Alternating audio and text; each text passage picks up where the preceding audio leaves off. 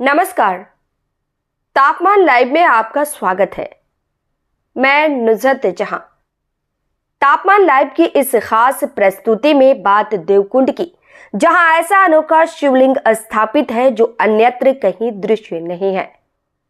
बाबा दुधेश्वर नाथ औरंगाबाद जिले के देवकुंड में स्थापित विशिष्ट शिवलिंग की यही आध्यात्मिक पहचान है। ख्याति भी इसी रूप में मिली हुई है। विशिष्ट इस रूप में है कि यह देश का इकलौता शिवलिंग है जो नीलम पत्थर से बना हुआ है। पर इसके विस्तार में जाने से पहले एक विशेष अनुरोध है। तापमान लाइव चैनल को किसी कारणवश आपने अभी तक सब्सक्राइब नहीं किया है तो इस वीडियो को देखने से पहले सब्सक्राइब अवश्य कर लीजिए। ऐसा कर लेने से तापमान लाइव पर सनसनी नहीं सच्चाई देखने सुनने में काफी सहूलियत होगी।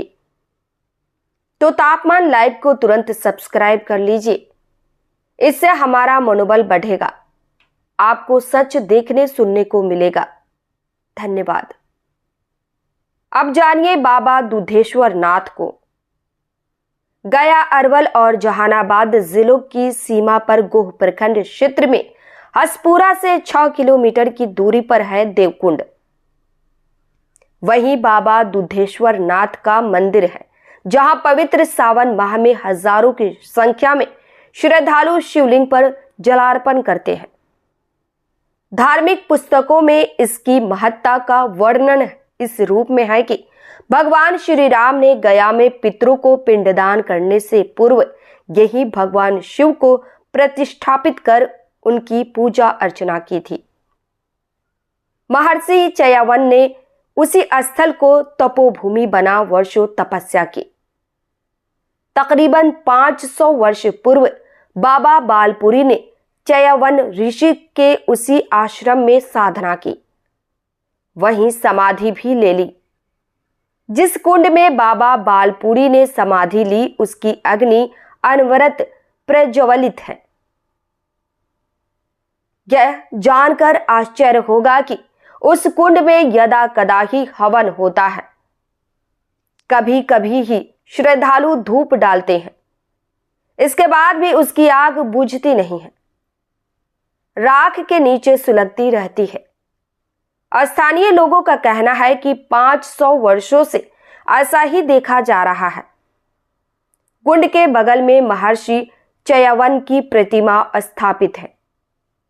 बगल में बाबा बालपुरी का वह आसन है जिस पर बैठकर उन्होंने साधना की थी। कुंड के सामने समाधि स्थल पर छोटे छोटे 10 शिवलिंग स्थापित हैं। बाबा दुधेश्वर नाथ मंदिर कुंड से कुछ ही दूर तालाब के किनारे है।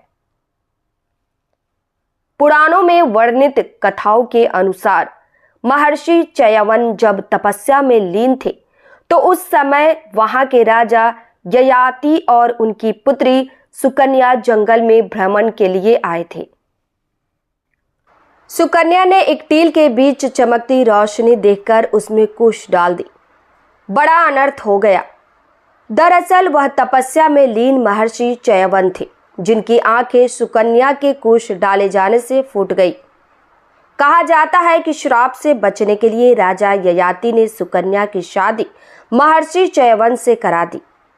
तब इस बेमेल शादी को दृष्टिगत रख अश्विनी कुमारों ने यज्ञ कर महर्षि चयावन को उसी सहस्त्र धारा में स्नान कराया और विशेष रसायन तथा सोमरस का पान कराया।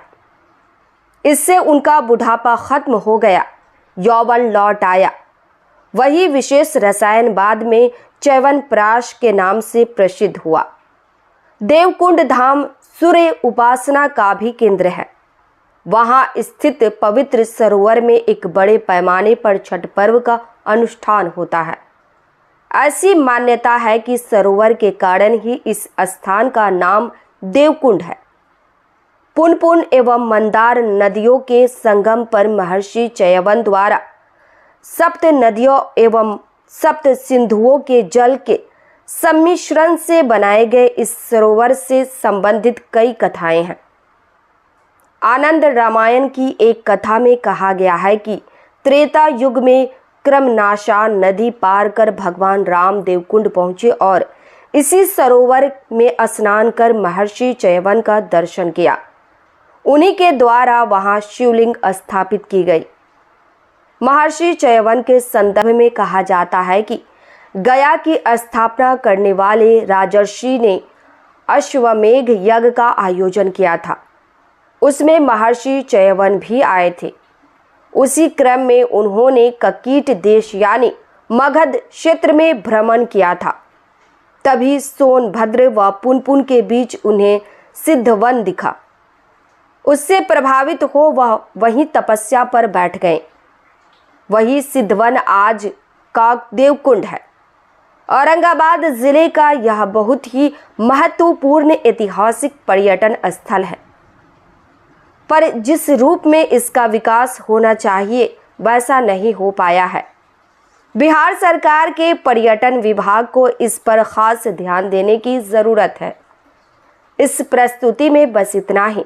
फिर मिलते हैं ऐसी ही दूसरी किसी खास खबर के साथ। लेखक राजकुमार सिंह की यह प्रस्तुति पसंद आई हो तो अपनी प्रतिक्रिया ज़रूर दीजिएगा। तापमान लाइव चैनल को देखिए, शेयर कीजिए, लाइक कीजिए और सब्सक्राइब अवश्य कीजिए। धन्यवाद।